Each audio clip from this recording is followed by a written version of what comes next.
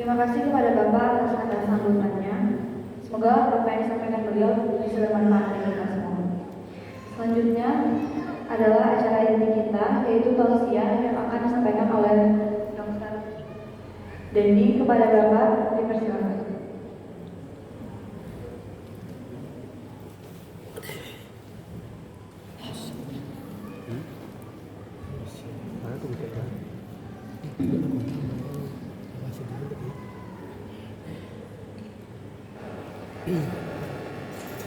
Assalamualaikum warahmatullahi wabarakatuh.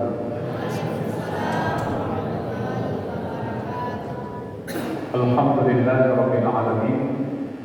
Wa bihi nasta'inu ala umuri dunya waddin. Wassalatu wassalamu ala asyrafil anbiya'i wal mursalin wa ala alihi wa sahbihi ajma'in. Amma ba'd. Segala puji dan syukur kepada Allah Subhanahu wa taala karena pada malam hari ini kita masih senantiasa mendapatkan rahmat dan karunia dari Allah, sehingga kita bisa bersama hadir dalam ruangan masjid ini untuk melaksanakan kegiatan yang memberikan manfaat yang lebih besar dalam kehidupan kita. Sebelumnya kita sudah melaksanakan sholat isya berjamaah, lalu dilanjutkan dengan menghadiri majelis ta'lim, majelis tempat duduk menuntut ilmu. Mudah-mudahan apa yang kita kerjakan diterima oleh Allah Subhanahu wa taala. Salat yang paling berat bagi orang munafik dua. As-salatu inna as-salata asfala 'alal munafiqin. Sesungguhnya salat yang paling berat bagi orang munafik itu dua. Salatul Isya wa salatul Fajr. Sembahyang Isya, sembahyang subuh. Walau ya'lamuna ma fihima fa'tau mawalau haqwan. Sekiranya mereka tahu apa keuntungan dari dua salat itu, maka mereka akan mendatangi masjid sekalipun dengan jalan merangkak. Jadi berat salat Isya ini bagi siapa? Bagi orang munafik. Kalau begitu lalu sembahyang orang munafik itu lain. Orang munafik salat. Apa bukti bahwa orang munafik salat? Innal munafiqina yukhadi'una Allah. Sesungguhnya orang-orang munafik itu ingin menipu Allah. Wa huwa khadi'uhum. Allah balas tipuan kepada mereka. Wa idza qamu ila shalah qamu kusala. Kalau orang munafik salat, mereka salatnya malas. Idza qamu ila shalah qamu kusala. Kalau orang munafik itu salat, mereka salat malas. Jadi jangan sangka orang munafik itu tidak sembahyang, mereka sembahyang, tapi salatnya malas. Kalau ada orang sembahyang malas, kata Allah munafik. Yura'una nas, mereka ingin bersifat ria di hadapan manusia. Wala yadhkuruna Allah illa qalila, mereka tidak zikir kepada Allah kecuali zikirnya sedikit saja. Mudah-mudahan kita dihindari oleh Allah dari sifat-sifat orang munafik dengan mendatangi masjid untuk melaksanakan sholat isya berjamaah. Istiqomah tanah kita, Bapak dan Ibu. Al-ibadah bil haji fil hijrati ilayya. Orang yang istiqomah beribadah pada zaman yang penuh haraj. Yang haraj ini zaman namanya zaman haraj. Kal hijrati ilayya, sama pahalanya dengan hijrah bersama. Jadi kalau zaman-zaman yang ke zaman kaum orang beribadah, maka pahalanya kata Nabi sama di hijrah bersama. Salawat dan salam kepada baginda Nabi Sayyidina Muhammad sallallahu alaihi wasallam. Allahumma shalli ala Sayyidina Muhammad wa ala alihi wa sahbihi wa barik wasallim. Bapak-bapak dan ibu rahimakumullah. Lebih kurang 30 menit waktu ceramah. 30 menit. Kalau ke-7 tambah 30 lagi. Kalau ke-7 tambah 30 lagi. Jadi berarti 90. Masih kurang tambah 30 lagi. 120 menit. Cuma lebih kata kau yang mau sedang kakak 2 jam. 2 jam kakak. Bapak dan Ibu rahimahullah. Seperti yang disampaikan oleh rekan yang Pak Anto tadi, saya berasal dari Gantuan Ciri. Gantuan Ciri itu kecamatan Bubuang di Selayu Tunai KPR. Jalan ke Kota Ilalang, saya ke Gantuan Ciri. Jadi Kota Ilalang Gantuan Ciri itu dekat sini. Pernah ada orang tua sini jadi guru sekolah namanya Pak Suwardi. Dulu sudah jadi guru sekolah, sudah pensiun, langsung diangkat jadi wali negara, terpilih jadi wali negara. Jadi beliau banyak cerita kalau ada Indonesia ini. Jadi ketemu dengan bapak dia adalah Pak Suwardi, Pak Wali kami yang Pak. Iya, dulu perlu sekolah itu sebenarnya.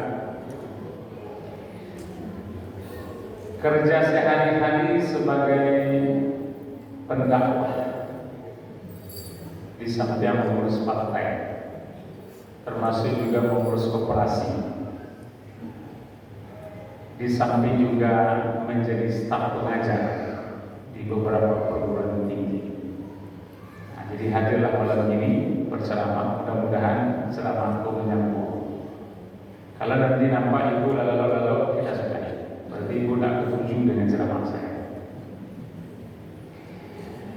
Kita mulai kepada ibu, ada 3 poin saja yang ingin kita bahas pada malam hari ini sekaitan dengan peringatan Isra Mi'raj. 1, bila Isra Mi'raj dilakukan terjadi. 2, apa pentingnya Nabi Muhammad di Isra dan Mi'rajkan. Yang ketiga, apa hikmah menjawab peringatan. Isra Mi'raj terjadi pada tahun ke-10 dari Rasulullah Nabi. Tahun ke-10. Kalau terjadi pada tahun ke-10 dari Rasulullah Nabi, kira-kira umur Nabi ketika Isra Mi'raj berapa? 50. Sebab Nabi Muhammad diangkat dari Rasul umur 40. Sementara Isra dan Mi'raj terjadi pada tahun ke-10 dari Rasulullah Nabi. Berarti Nabi umur Nabi pada itu 50. Mulai 50. Lalu kapan terjadi Isra Mi'raj? Terjadi pada malam hari, bukan siang. Apa bukti bahwa Isra Mi'raj terjadi malam hari? Lailan. Dalam surat Al-Isra dijelaskan subhanalladzi asra bi 'abdihi lailan. Nabi Muhammad diperjalankan oleh Allah pada malam hari. Jadi peristiwa Isra dan Mi'raj adalah peristiwa yang terjadi. Nabi Muhammad diperjalankan oleh Allah, bukan Nabi Muhammad yang berjalan dengan sendiri. Maka peristiwa Isra Mi'raj itu selalu dinamakan dengan peristiwa yang luar biasa, kejadian yang luar biasa yang tidak akan pernah terjadi sepanjang sejarah alam, kecuali hanya sekali saja terjadi, dan itu dialami oleh Nabi Muhammad. Jadi peristiwa Isra Mi'raj itu terjadi sekali dan tidak akan pernah terjadi sekali lagi. Maka peristiwa luar biasa. Kenapa disebut sebagai luar biasa? Pertama, ayat dalam surat Al-Isra itu dimulai dengan subhana. Subhana itu kalau wa mensalib sesuatu yang luar biasa, wa mengucapkan subhanallah. Jadi kalau misalkan ada pemandangan indah, takjub dengan pemandangan indah, maka mengucapkan subhanallah. Kalau waktu masuk ke masjid, mensalib masjid Raja, mengucapkan subhanallah. Jadi kalau misalkan ada ayat yang dimulai dengan pujian, dengan subhan atau subhanallah, ini menandakan bahwa sesuatu yang akan dijelaskan oleh Allah pada ayat itu adalah kejadian yang luar biasa. Maka ayat itu dimulai dengan subhan. Oke. Subhanalladzi asra, maha suci Allah yang telah memperjalankan. Isra Mi'raj 2. Siapa Isra 2 Mi'raj? Isra adalah Nabi Muhammad diperjalankan di bumi dari satu masjid ke masjid yang lain. Dimulai dari Masjid Haram di Mekah sampai ke Masjid Aqsa di Palestina. Jadi itu namanya Isra. Jadi makanya namanya Isra Mi'raj. Isra adalah Nabi Muhammad diperjalankan di bumi dari Masjid Haram di Mekah ke Masjid Aqsa di Palestina. Yang kedua Mi'raj. Mi'raj adalah Nabi Muhammad diangkat dari Masjid Aqsa ke Sidratul Muntaha. Namanya Mi'raj, perjalanan langit. Jadi satu perjalanan bumi, dua perjalanan ke langit. Maka namanya Isra Mi'raj. Oke, Pak bahas dulu Isra ya, kata ini. Isra perjalanan bumi. Nabi Muhammad diperjalankan dalam wahyu bumi dari Makkah ke Palestina. Jarak dari Makkah ke Palestina. Jarak Makkah ke Palestina itu 1.500 kilo. Dari mana mulai Isra? Dari Masjid Haram di Makkah. Kenapa dimulai dari Masjid Haram? Karena pada waktu itu Nabi Muhammad tinggal di Makkah. Tinggal di Makkah. Di mana rumah Nabi Muhammad di Makkah? Persis di belakang Masjid Haram ini. Jadi kalau awak umrah sesudah sa'i, keluar dari Bukit Marwah, lalu keluar pintu belakang itu, pas sobok nanti tembok agak tertinggi di belakang itu sekalian, dan itu tidak pernah dibangun bangunan dan karaminya dibedakan dengan karami yang lain. Disitulah rumah Siti Khadijah dan Nabi Muhammad SAW. Jadi di belakang Masjid Haram ini rumah Siti Khadijah. Pada saat itu Nabi Muhammad tinggal di Makkah dan diisrakan oleh Allah mulai dari Makkah, dari Masjid Haram. Kemana dia menuju? Menuju ke Masjid Aqsa di Palestina. Perjalanan bumi. Jalan Masjid Haram ke Masjid Aqsa 1.500 kilo. Yang luar biasanya kuat. Kenapa peristiwa Isra dan Mi'raj disebut sebagai peristiwa luar biasa? Jarak yang 1.500 kilo itu, Nabi menempuh jarak yang sepanjang itu hanya dalam waktu 0,01 detik. 1.500 kilo. Kan jauh perjalanan itu. Kalau di awal resiko dari Padang ke Yogyakarta 1.500 kilo. Kalau ke Jakarta 1.200 kilo. Kalau ke Yogyakarta 1.500 kilo. Jadi jarak dari Makkah ke Palestina itu sama dari Padang ke Yogyakarta 1.500 kilo. Lu nanti pesawat seperti itu dulu Pak. Kendaraan yang paling hebat dipakai oleh manusia pada waktu itu adalah kuda dan unta. Tapi jarak yang 1.500 kilo itu Nabi Muhammad menempuh hanya dalam waktu 0,1 detik, tidak sampai 1 detik. Mana kok bisa jarak 1.500 kilo tapi waktu tempuhnya hanya 0,01 detik? Karena Nabi menggunakan kendaraan burak. Apa itu burak? Burak artinya kilat. Jadi kendaraan Nabi Muhammad itu kilat. Kecepatan kendaraannya kecepatan kilat. Berapa kecepatan kilat? Kecepatan kilat itu adalah 300.000 km per detik. Kecepatan cahaya itu Pak 300.000 km per detik. Bawa cara mengujinya. Kalau senter itu kan, begitu ditambal ditekan tombol on-nya, lalu cahaya itu kan keluar dari ujung senter itu. Dari ujung senter itu begitu ditekan keluar cahaya dari ujung senter. Pada saat yang bersamaan cahaya itu langsung timbul di tiang. Kecepatan cahaya dan keluar dari ujung senter ke tiang itu kecepatannya 300.000 km per detik. Dan Nabi menggunakan kecepatan 300.000 km per detik itu pada saat melaksanakan Isra Mi'raj. Maka jarak yang 1.500 kilo, waktu tempuh Nabi hanya 0,01 detik saja. Alur 1 detik Nabi lebih bodoh di Masjid Aqsa. Aku luar biasanya sih. Kenapa peristiwa itu luar biasa? Karena jarak tempuh yang sedemikian jauh Nabi Muhammad tidak sampai menggunakan waktu dalam 1 detik saja. Luar biasa. Tak akan mungkin terjadi di manusia lain Pak, kecuali hanya terjadi pada Nabi Muhammad SAW. Nah, cuma dan anehnya, setiap orang yang lalu di tepi jalan pada waktu itu, pada Nabi lewat malam itu, orang itu menyaksikan Nabi Muhammad lalu. Jadi kalau ada orang sedang minum tepi jalan ya, nampak Nabi Muhammad lalu. Kalau main kuah, kadang-kadang main kuah ke malam, kadang main kuah siang.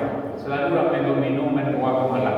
Jadi kalau misalkan ada orang lapor tepi jalan pas Nabi lewat terus sedang minum, orang itu nampak mencari Nabi lewat dan Nabi pun menyaksikan orang itu. Maka ketika ditanya, mana Nabi Muhammad lewat malam tadi kemarin? Ada orang itu, iyo. Kami mencari Muhammad lewat seperti itu, tapi tak kami tidak tahu. Padahal kecepatan Nabi itu 300.000 km per detik. Itu peristiwa luar biasa. Ibu-ibu dan bapak rahimakumullah, itu namanya Isra dari Haram Masjid Makkah ke Palestina. Lalu kenapa ke Palestina? Kenapa ke tempat yang lain? Kayak Yasrib misalnya, Madinah. Pada waktu itu Madinah itu ada namanya. Nama Madinah itu pada saat itu Yasrib, Nabi belum hijrah ke sana. Nabi diperjalankan dari Makkah ke Palestina, bukan ke tempat yang lain, tapi ke Aqsa. Kenapa ke Masjid Aqsa ke Palestina? Karena Palestina adalah negeri para nabi. Negeri para nabi. Siapa nabi yang lain di Palestina? Mulai dari Ibrahim. Ibrahim punya anak dua, satu Ismail, dua Ishak. Ismail lahir dari Siti Hajar, Ishak lahir dari Sarah. Istri Nabi yang pertama namanya, istri Nabi Ibrahim yang pertama namanya Siti Sarah. Sudah lama tak punya anak, menikah lagi dengan Siti Hajar. Lahirlah anak dari Siti Hajar namanya Ismail. Begitu lahir Ismail dari Siti Hajar, umur berapa Nabi Ibrahim punya anak? Nabi Ibrahim baru punya anak umur 80 tahun. Selama itulah Nabi Ibrahim meminta berdoa kepada Allah. Apa doa Nabi Ibrahim kepada Allah? Rabbi habli minas sholihin, Rabbi habli minas sholihin, Rabbi habli minas sholihin. Ya Allah, karuniakan saya anak yang soleh, karuniakan hamba anak yang soleh, berikan saya anak yang soleh. Berdoa Nabi Ibrahim terus, berikan hamba anak yang soleh. Lalu diberikan oleh Allah Nabi Ibrahim satu anak bernama Ismail. Di mana Ismail lahir? Ismail lahir di Palestina. Lalu begitu Ismail lahir, dihantarkanlah Ismail dan Siti Hajar oleh Ibrahim ke satu lembah yang bernama Makkah, yang kita kenal sekarang namanya Makkah. Diantarkanlah Ismail dengan Siti Hajar oleh Ibrahim ke Makkah. Di Makkah itu ada siapa-siapa? Sebuah lembah yang tidak ada orang, berpenghuni, tidak ada air, hanya gurun pasir, lembah, tidak ada orang. Jadi kalau gini waktu ke Makkah masih nampak gambaran selembah. Bangku lembah, di siku bukit menurut itu. Makkahnya nakapah dari siku sampai yang bukit, maka disebut dengan lembah. Diantarkanlah Ismail dengan Siti Hajar oleh Ibrahim, lalu ditinggalkan di situ. Begitu ditinggalkan, anak yang diharapkan untuk lahir berpuluh tahun menunggu kelahirannya, begitu lahir mengantarkan ke Makkah. Lalu begitu diantarkan Siti Hajar dengan Ibrahim dengan Ismail, ditinggalkan, pulanglah Ibrahim ke Palestina. Begitu pulang dan ngecek-ngecek, berangkatlah Ibrahim pergi pulang ke Palestina, dikejar oleh Siti Hajar. Dikejar. Agak Siti Hajar ke suaminya, wahai suamiku, kenapa engkau tinggalkan kami berdua di lembah yang tak ada ulang? Ini yang saya pergi. Tak nyenangkan rumah ini sih. Berkata, wahai suamiku, kenapa engkau tinggalkan kami berdua di situ kawan? Tak ada ulang kan? Diam saja. Terus berjalan. Ketiga kali Siti Hajar mengecek ke suami beliau, wahai suamiku, kenapa engkau tinggalkan kami berdua di situ? Apakah ini perintah Tuhan? Begitu mendengar apakah ini perintah Tuhan, lalu Ibrahim berbalik ke belakang mencari Siti Hajar. Akhirnya Ibrahim ke Siti Hajar, betul, ini adalah perintah Allah. Akhirnya Siti Hajar ke suaminya, merinding belum saya mendengarkan cerita, menceritakan kisah. Apa kata Siti Hajar ke beliau? Kalaulah itu memang perintah Allah, wahai suamiku, tinggalkanlah kami di sini. Ditinggalkan, karena engkau meninggalkan kami bersama dengan Tuhan. Kau awal kita kayak itu awal baru punya anak seorang, lelamun itu antara 1000 gadang. Kira-kira komplain apa? Udah tinggal kami berdua 1000 gadang baru. Tapi Siti Hajar adalah seorang istri yang soleh. Kalau memang ini perintah Allah, tinggalkan kami di sini, pergilah ke tempat. Lalu berangkatlah Ibrahim pulang ke Palestina. Tinggallah Siti Hajar dengan Ismail berdua. Anaknya kata Siti Hajar, menangislah Ismail kecil ketika masih bayi. Kenapa menangis? Haus, lapar, tidak ada air. Dan ibu-ibu ke anak berlari-lari lah Siti Hajar mencari air di Bukit Safa ke Bukit Marwah. Dan cari Bukit Safa naik ke Bukit Marwah, berpandang ke sekeliling, mulai nampak air dan nampak. Berlari ke Bukit Marwah, bagi tiba di Bukit Marwah, naik ke Bukit Marwah, mencari-cari sekeliling ada air tidak. Tiba tak nampak air, berlari ke Safa balik. Sudah tiba Safa, berlari ke Marwah balik. Berkali 7 kali balik. Begitu selesai berlari 7 kali, Ismail yang ketika kecil itu menangis, menantang-antang kakinya ke pasir. Anak kecil kalau menangis kan biasanya kakinya antang-antang, mentang-antang kakinya. Pada saat dia mengentak-entakkan kakinya, keluar air dan dihentakkan kaki Ismail, yang sekarang kita sebut dengan Zam-Zam. Jadi sumur Zam-Zam itu adalah nyubue dihentakkan kaki Nabi Ismail waktu masih kecil. Jadi kenapa Nabi Muhammad diisrakan ke Palestina? Karena Palestina itu negeri para nabi. Siapa nabi yang lain? Ibrahim, Ismail. Istri Nabi yang pertama, istri Nabi Ibrahim yang pertama namanya Sarah. Sebegitu Hajar dapat anak, Sarah hamil pula. Lahir pula anak namanya, siapa nama anak Sarah? Ishak. Ishak punya anak namanya Yakub. Yakub punya anak namanya Yusuf. Jadi dari Nabi Ibrahim pun lahirlah para nabi keturunannya ke bawah. Beko di Palestina ada namanya Nabi Sulaiman, ada namanya Nabi Daud yang orang Yahudi menyebut dengan David. Kalau Sulaiman disebut dengan Solomon. Jadi itulah makanya Nabi Muhammad diisrakan dari Mekah ke Palestina, karena Palestina adalah negeri para nabi.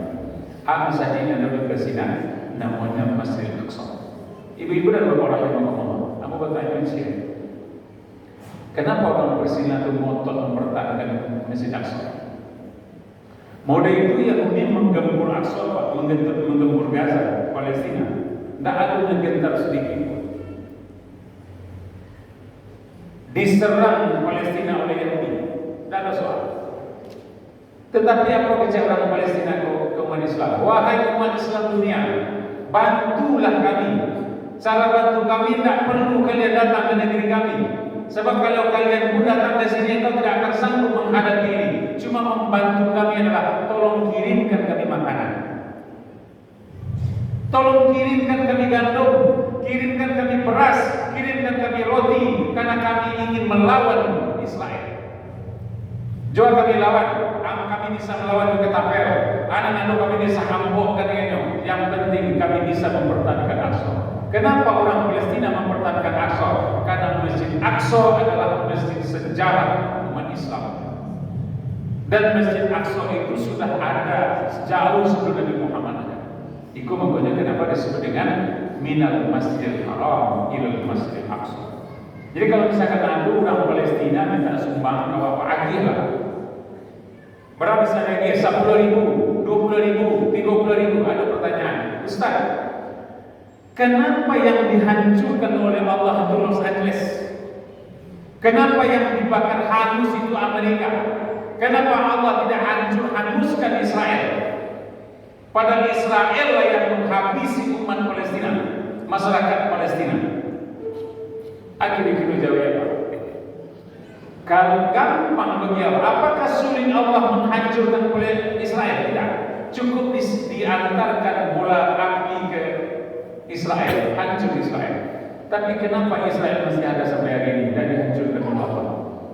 Kalau Israel Yahudi itu habis, maka kira-kira apa yang tersisa bagi kita untuk berjihad di jalan Allah dengan harta dan jiwa kita? Kalau Israel itu habis, Yahudi itu habis, kira-kira apa yang tersisa bagi kita untuk berjihad di jalan Allah, untuk berjuang agama Allah? Disisakanlah oleh Allah satu kaum yang bernama Yahudi. Padahal Allah katakan lan tardu ankal yahud wal nasara hatta tattabi'a millatahum. Orang Yahudi dan Nasrani tidak akan pernah redha kepada engkau wahai Muhammad sampai engkau ikut milah mereka. Umat Yahudi dan Nasrani sampai kiamat tidak akan pernah redha kepada umat Islam. Allah katakan dalam Al-Quran, lan tardu ankal yahud wal nasara. Kalau ada ayat atau hadis yang menggunakan huruf lan, lam dan nun lan, itu arti ayat itu adalah tidak akan pernah. Jadi walan tardu ankal yahud wal nasara, orang Yahudi dan Nasrani tidak akan pernah reda kepada engkau wahai Muhammad sampai engkau ikut milah mereka. Apa itu milah? Milah adalah cara pandang, cara hidup, cara pergaulan, cara berpakaian, cara bersosial, cara bermasyarakat. Milah. Orang Yahudi dan Nasrani baru akan reda kepada umat Islam kalau umat Islam telah ikut dengan cara hidup mereka. Baca mereka mengajarkan atau menyuntikkan ajaran-ajaran mereka kepada umat Islam. Mereka menyuntikkan ajaran mereka kepada kita lewat tontonan. Hati-hati dengan tontonan-tontonan gini Pak. Banyak tontonan tidak bermanfaat dan itu menghabiskan hari umat Islam. Dari pagi kita sudah diberikan tontonan yang tidak bermanfaat. Apa itu? Inset, informasi sekitar selebritis. Pagi-pagi awal disuguhkan tontonan selebritis bercerai. Selebritis yang bercerai dengan suaminya sedang bersidang di pengadilan. Inyo bercerai dengan tontonan kawan tak perlu. Ada si artis Pak Menjo sebentar keluar dari TV itu. Anaknya dia membawa anaknya untuk berenang di kolam renang. Siapa Raffi Ahmad? Atau betul-betul dah para lama nonton hujan itu tidak ada segini aja manfaatnya itu. Oleh karena itu pun seluruh orang Yahudi untuk mengalihkan pandangan umat Islam. Yang diinginkan oleh mereka dengan tontonan-tontonan yang ada. Yang diinginkan adalah bahwa umat Islam tidak ada waktu lagi untuk membuka kitab suci Al-Quran. Kenapa mereka takut kalau umat Islam membuka kitab suci Al-Quran? Karena sumber ilmu pengetahuan ada dalam Al-Quran. Kalau umat Islam mempelajari kitab suci Al-Quran, maka umat Islam akan jadi hebat. Kalau hebat umat Islam, mereka kalah. Mereka tidak ingin umat Islam hebat. Oleh karena itu jangan berikan waktu kepada umat Islam untuk membuka Al-Quran. Contohnya apa? Siaran usia 70 tahun kata Quran 30 kali.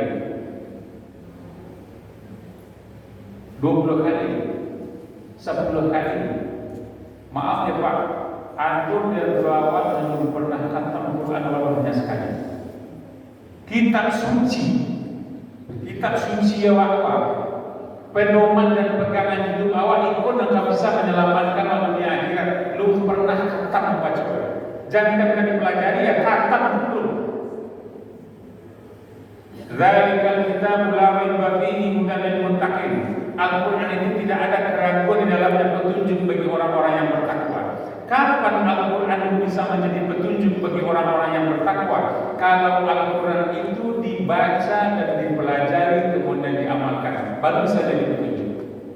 Tapi kalau Al-Quran hanya sebagai mahar nikah, kan itu mahar mas kawin Bapak. Ya sudah. Saya terima nikah nama Pak dengan mas seperangkat alat salat tambah satu Al-Quran dibayar tunai. Untuk apa Al-Quran sebagai mahar nikah? Agar dibaca dan dipelajari sehingga dapat diamalkan dalam kehidupan. Kalau Al-Quran juga dipelajari dan diamalkan, maka disitulah Al-Quran bisa menjadi petunjuk bagi orang-orang yang bertakwa. Orang yang tidak ingin itu Pak. Jangan sampai Al-Quran itu menjadi petunjuk bagi orang-orang beriman. Sembahyanglah, berpuasalah, tapi sudah sembahyang selalu pakai kamio. Baca buka jilbab itu tidak perlu pakai jilbab. Persalian orang ke orang. Pakai Hawaii, sembahyang juga tapi masih pakai Hawaii. Cari banyak anak-anak gadis kita hari ini kalau berjalan jodoh pakai baju sendal, salawat Hawaii, rambut merondok sebelah kemari kiram, sebelah kemari putih. Aduh, kini ini ulama orang namanya, lihat tahu ibu kalau rambutnya luluh namanya itu rebonding. Karintiang ini bisa lurus seluruhnya. Namanya rebonding, artinya meluruskan. Tapi imam tak boleh pakai bahasa itu ketika meluruskan saf. Rebondingkan saf, tak sama tu, tak sinar letaknya tu. Jadi nyuluruhnya namanya itu Allah yang dipakai orang ini kok. Banyak kau buka jilbabnya ketika memoda, artinya ingin mengejek orang. Hei, cantiklah aku yang aku kan dulu karintiang kan kini lah dulu. Dulu aku hitam kan kini lah pirang. Soleh juga mereka, tetapi cara hidup mereka, cara berpakaian mereka adalah ya. Jadi banyak orang ini mengejek. Buka jilbab itu untuk aurat itu wajibnya dalam sholat. Di luar sholat tak wajib untuk aurat kan. Itu adalah bahasa-bahasa yang kadang-kadang dipelintir sehingga masuk dalam pikiran umat Islam. Kenapa? Karena Al-Quran tidak pernah dibuka. Jadi Yahudi ingin mengajak umat Islam kok dalam milah mereka sekalipun awak sembahyang, tetapi cara berpakaian kita, cara bersosial kita, cara berekonomi kita adalah cara-cara Yahudi. Saya mohon maaf sedikit Pak kalau boleh mengingkari cara ekonomi awak ini. Lihat tahu ibu dalam Al-Quran tu, kalau ada orang makan riba yang saudara aku sekalipun dia sembahyang. Al-Baqarah 275. Al-Quran berkata, "Alladzina ya'kuluna riba la yaqumuna illa kama yaqumu alladhi yatakabbathu asy-syaitanu minal mas." Dzalika bi annahum qalu innamal bay'u mithlu riba wa ahalla Allahu al-bay'a wa harrama ar-riba. Faman ja'ahu mau'izatun min rabbih fantaha falahu ma salafa wa amruhu ila Allah. Faman 'ada fa ulaika ashabun nar hum fiha khalidun.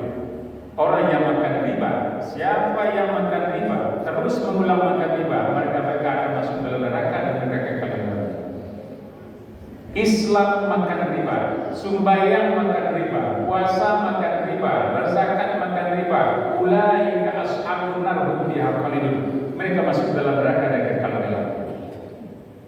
Dari mana Al-Quran menjelaskan? Pernah kita baca belum? Kenapa? Tidak ada waktu kita membaca. Jadi banyak orang sembahyang ini Pak, tapi makanan kita riba. Nah, orang Yahudi tidak mau kalau umat Islam mempelajari Al-Quran karena sumber hukum Islam, sumber ilmu pengetahuan ada dalam Al-Quran. Oleh karena itu dialihkan pikiran umat Islam kepada hal-hal yang lain. Nah, oleh karena itu rahimahullah, ini satu dari kelompok orang yang hari ini masih dipertahankan oleh Allah. Untuk apa Israel Yahudi itu masih ada? Untuk peluang jihad bagi kita, jihad dalam harta dan jiwa. Kalau tahu apa ke Palestina apa itu? Angkui bawa dia dari situ siap terbaik. Kalau mati syahid, mati syahid itu apa Ustaz? Orang yang mati syahid adalah orang yang tidak merasakan sakitnya mati, tidak merasakan azab kubur, tidak merasakan azab pada masyar dan dijamin masuk surga. Jadi kalau ada orang mati terbunuh dalam rangka bela agama Allah, matinya mati syahid dan dijamin masuk surga. Cuma tidak lagi ke sini. Jadi kalau ada orang Palestina itu meninggal, kalau banyak meninggal terus sebentar meninggal karena bom, karena tembak, karena pukul, diperkosa, anak-anak ditembaki, semua mereka mati syahid karena Allah Subhanahu wa taala. Ibu-ibu dan bapak rahimahullah, untuk segelintir Palestina. Oleh karena itu Nabi Muhammad diisrakan dari Mekah ke Palestina. Begitu selesai di Palestina, berada beliau di Masjid Aqsa, baru diangkat ke Sidratul Muntaha. Sidratul Muntaha itu apa? Apa itu Sidratul Muntaha? Itu di atas langit yang ketujuh, di sana Nabi Muhammad bertemu dengan Allah Subhanahu wa taala. Ibu dan bapak rahimahullah, kira-kira berapa jarak dari Masjid Aqsa ke Sidratul Muntaha? Jarak dari Masjid Aqsa ke Sidratul Muntaha. Awak dulu hitung luas langit dulu. Berapa luas langit? Sehingga bisa memperkirakan berapa jarak Masjid Aqsa ke Palestina. itu tidak bisa diyakini peristiwa Isra Mi'raj kecuali di dalam hatinya ada iman. Orang yang bisa meyakini terjadi peristiwa Isra Mi'raj adalah orang yang beriman kepada Allah dan tingkat keimanannya tinggi. Siapa sahabat yang pertama sekali mengakui terjadinya peristiwa Isra Mi'raj? Namanya Abu Bakar As-Siddiq. Begitu Nabi subuh sudah sampai di Mekah kembali, besoknya disampaikan oleh Nabi Muhammad kepada para sahabat. Apa kata Nabi Muhammad ke sahabat? Semalam aku diperjalankan oleh Allah dari Masjid Haram ke Masjid Aqsa ke Palestina. Dari Palestina aku dinaikkan diangkat oleh Allah ke Masjid Sidratul Muntaha. Lalu subuh aku latih boleh siko. Akhir saya Abu Bakar As-Siddiq, aku yakin 100%. Itulah sebabnya kenapa Abu Bakar disebut digelar dengan As-Siddiq. Abu Bakar As-Siddiq, Abu Bakar yang membenarkan peristiwa Isra dan Mi'raj. Jadi kalau tak beriman kepada Allah tak percaya. Maka Nabi Muhammad banyak dikejar orang munafik waktu itu adalah Nabi Muhammad bohong. Masuk iyo berjalan dari Masjid Arab ke Masjid Aqsa tidak sampai setengah malam, hanya sepertiga malam. Apalagi kalau dia ke lagi dulu Mekah, lalu subuh nanti di Mekah. Masuk iyo tidak masuk akal, tapi dipercayai diyakini bagi orang-orang yang dalam hati dan iman kepada Allah Subhanahu wa taala. Bagi Allah gampang, memperjalankan hambanya gampang. Dua, apakah Isra Mi'raj itu terjadi jiwa Nabi, badan Nabi dengan roh atau rohnya saja? Kau sudah pertanyaan apa? Apakah Isra Mi'raj itu roh Nabi saja, tidak badannya? Karena yang bisa berjalan pakai kancang itu adalah roh saja, roh halusnya. Apakah roh Nabi saja, lalu badannya tinggal di rumah beliau, di rumah Siti Khadijah, lalu kemudian rohnya dikeluarkan dari jasadnya? Roh itu yang berjalan itu malaikat Jibril ke Sidratul Muntaha. Apakah rohnya saja atau bersama dengan jasadnya? Jawabannya, Nabi diperjalankan roh dan jasadnya. Dari mana tahu bahwa Nabi diperjalankan roh dan jasadnya? Bi'abdihi. Jadi Nabi Muhammad itu diperjalankan bukan rohnya saja. Kenapa bukan rohnya saja? Sebab kalau roh keluar dari jasad, berarti Nabi Muhammad sudah meninggal. Roh kalau sudah keluar dari jasad tidak mungkin masuk balik. Orang kalau rohnya keluar dari jasadnya tidak mungkin balik masuk ke dalam jasadnya. Berarti Nabi sudah meninggal. Jadi logikanya begitu. Dia roh awak kalau keluar dari jasad tidak bisa masuk lagi. Jadi orang kalau mati tidak bisa pilih. Pertama sudah dikubur sehari sudah dikubur mesti baki boleh. Kalau mati mana dikubur orang? Orang yang boleh dikubur orang yang sudah berpisah roh dengan jasadnya. Sehingga kalau rohnya sudah keluar dari jasadnya, kakulah badan dia lagi dan roh pula ingin balik ke tubuh awak. Kemana roh kita pergi ketika keluar dari jasad? Roh kita kembali kepada Allah. Kira-kira roh keluar dari mana? Roh kita disambut oleh malaikat dari mana? Ubun-ubun. Jadi roh itu keluar dari ubun-ubun disambut malaikat. Kalau orang jahat meninggal, yang cabur rohnya itu secara kencang saja, tidak balas kasihan. Tapi kalau orang elok yang sambil rohnya dia malaikat dengan baik, elok. Malah ada satu orang dari dunia yang ketiga rohnya akan dicabut minta izin malaikatnya. Siapa orang yang ketika rohnya akan dicabut malaikat minta izin dia? Adalah Nabi Muhammad Sallallahu Alaihi Wasallam. Jadi Nabi Muhammad pada usia 63 akan meninggal. Datang malaikat Jibril dengan malaikat Israil. Datang ke rumah beliau. Assalamualaikum. Waalaikumsalam. Siap tu. Nabi Muhammad tahu tu bahwa datang malaikat Jibril dengan dekat mau. Kami malaikat masuk. Apa keperluan malaikat? Kira-kira komunikasinya dekat itu berapa? Akhirnya saya malaikat mau ke Nabi Muhammad. Muhammad, kami disuruh oleh Tuhan untuk mencabut nyawa engkau. Kalau engkau izin kami cabut, tapi kalau engkau tidak izin kami kembali ke Tuhan beliau. Tentu jawabnya kalau itu perintah Allah itu izin ke Nabi Muhammad. Nyawa akan dicabut malaikat minta izin.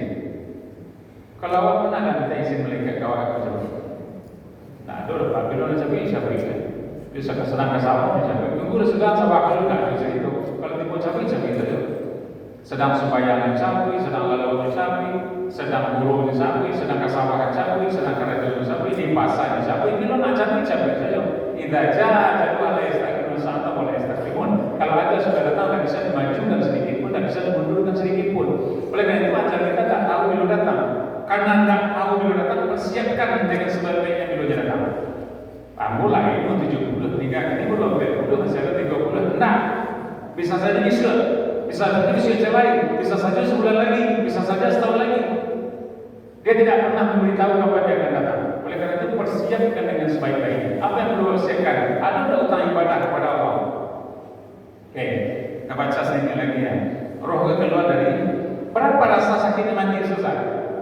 Sakitnya mati itu seperti tebasan pedang di tempat yang sama beratus kali. Ditebas tangan kita dengan pedang di tempat yang sama beratus kali, itu rasanya sakit mati. Atau seperti kipas dibuka hidup-hidup, dibuka, dikubak, boleh kami ambil beli ya. Sedang beli kami ambil di rundehan beli gitu, banyak ada sakitnya. Begitulah rasanya sakit mati. Tapi orang beriman ditarik nyawanya elok-elok oleh mereka. Elok-elok saja. Maka yang pertama dingin sekali itu apa? Kaki. Kalau awak mencari orang rumah sakit, kalau kakinya ada kemungkinan kembali. Ayo. Naik ke hati, naik ke bawah, naik ke paru, tahu ke bawah kaki. Tiba siko gak lama segini. Kata Nabi, kalau sebelum roh sampai di kerongkongan, tobat masih diterima. Kalau ada orang berdosa itu bertobatnya sebelum rohnya sampai situ masih diterima tobat. Tapi kalau lewat dari situ tidak terima tobat lagi. Ibu-ibu Firaun kita ketinggalan dalam benar berapa kali minta tolong Musa. Kan Nabi Musa dia dilemparkan tongkatnya ke laut kan. Tidak ada tapi pakai rokama lagi di belakang musuh pukul lagi. Takati di belakang Firaun di belakang tentaranya mengajak awak kan dimukul lari bakal lari dan bakal lari kan diadoi orang nak barang. Lalu apa kata Allah? Tong lemparkan tongkatmu ke laut itu maka laut akan berbelah. Ditong lemparkan tongkat Nabi Musa ke laut, babalah lagi itu seperti membuat jalan. Lalulah Nabi Musa dengan rombongan ke tangan. Walagi sekacang-kacang karena lagi sama walah itu tiba di sebarang lalu seluruh orang awak dan rombongan awak baru dilemparkan tongkat lagi. Baltawi lagi kembali sama Karo Firaun dengan bala tentaranya sedang berada di tengah laut. Begitu laut bawa menyatu kembali, tenggelamlah Firaun dengan para bala tentaranya. Apa yang dikatakan oleh Firaun pada Nabi Musa? Firaun minta tolong kepada Nabi Musa. Musa tolong aku. Musa tolong aku. Berapa kali Musa minta tolong kepada Firaun? Firaun minta tolong kepada Nabi Musa. Firaun minta tolong kepada Nabi Musa pada saat tenggelam 70 kali. Apakah Musa menolong tidak? Kenapa Musa tidak menolong? Karena Firaun minta tolong tidak kepada Allah, tapi kepada Musa. Firaun pada saat tenggelam sudah mengakui keberadaan Allah, tapi malu mengucapkan itu karena setelah terlanjur mengecek awak sebagai Tuhan. Maka minta tolong kepada Musa sebanyak 70 kali. Dicabut roh kita. Ibu risiko kalau ada orang bertaubat namanya masih risiko diterima taubatnya. Tapi kalau ibu risiko tak lagi. Nah dicabut keluar. Ibu dan bapak kalau ada menyaksikan orang meninggal, orang yang kalau sedang sakarat matanya tertutup, tapi pada saat nyawanya keluar matanya terbuka dan sematu yang tak berkaki. Jadi orang meninggal matanya terbuka dan incik matunya kaki. Nah ini tamu kaki. Tak ada rasionya. Ternyata kita melihat roh kita pergi. Awak mencari roh itu keluar. Aku incik matu apa ya? Andai kata bisa ngomong pada itu, pada saat kita sakarat nama kita akan berangkat. Kecil itu, ngapainnya? Karena mata kita melihat roh kita pergi. Buktinya incik matu apa? Lalu pada saat orang meninggal, apa yang harus pertama sekali kita lakukan pada saat orang baru meninggal? Yang pertama tutup matanya, yang kedua lipat tangannya seperti orang sedang sholat. Jadi Orang kalau sudah meninggal, telah kedua rohnya tak bisa kembali lagi. Maka dalam Islam tak ada cerita roh dan tayangan, roh akan kembali ke rumahnya ke malam kami minta nasi nado. Atau rohnya jadi babi ngesot, itu kepercayaan Hindu itu jadi sayur itu. Itu tiap malam di malam kami yang dibola ke rumah mana itu loh. Sebab roh kita akan kembali kepada Allah. Tapi ada orang yang rohnya tak sampai kepada Allah ketika keluar dari jasadnya. Siapa? Orang yang ketika mati hutangnya belum lunas. Ada orang mati berhutang. Kalau ada orang mati berhutang rohnya tak sampai kepada Allah, apa kata Nabi? Nafsul mu'min mu'allaqun bidaynihi hatta yuqda anhu. Nyawa orang beriman tergantung antara lain dengan bumi disebabkan hutangnya sampai hutangnya dilunasi oleh ahli warisnya. Kalau ada orang mati berhutang lunas selesai hutang kita dari ahli waris itu, maka kita mati membawa hutang, roh kita tidak sampai kepada Allah. Tergantung antara langit dengan bumi. Itulah sebabnya kenapa Malik bab pidato di rumah kepada para pelayan sebelum jenazah dibawa ke kubur. Bapak-bapak dan ibu-ibu yang melayani, sebelum jenazahnya kita kuburkan, kita hantarkan bersama-sama ke tempat pemakaman. Ada labanan yang akan dipasangkan kepada kita bersama. Apa itu? Andai kata ada almarhum berhutang bintang atau harap, baik dalam bentuk amnih nak bertanya, intih nak berbilang, bagi nak bersuke, disikulah pintu nak terbuka lagi, nak terkampang untuk diselesaikan hutang-hutang. Pada kau hutang dan benar di orang bapak itu kawan, karena hutang bisa menghambat dia masuk surga. Karena hutang bisa menghambat rohnya sampai kepada Allah. Maka selalu saya pesankan kepada jamaah, sebelum meninggal lunasilah semua hutang. Apa kata Nabi dalam hadis beliau? Setiap orang mati syahid akan masuk surga, akan bebas dari rasa sakit mati, jauh dari asap kubur, jauh dari asap padang mahsyar, kecuali hutang. Dia bisa terhambat masuk surga gara-gara hutang tidak dibayar.